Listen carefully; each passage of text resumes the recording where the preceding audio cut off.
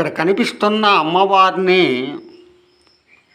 మనం రాతి బొమ్మ అనుకుంటే రాతి బొమ్మలాగే ఉండిపోతుంది. రాతి మాట ఎందుకు కాదు అన్న భావన మనకి ఎప్పుడైతే కలుగుతుందో ఆమె మాట రూపకంగా మనకు కనపడుతుంది. ఏదైనా మన ఆలోచన విధానము చూసే విధానాన్ని బట్టి ఉంటుంది.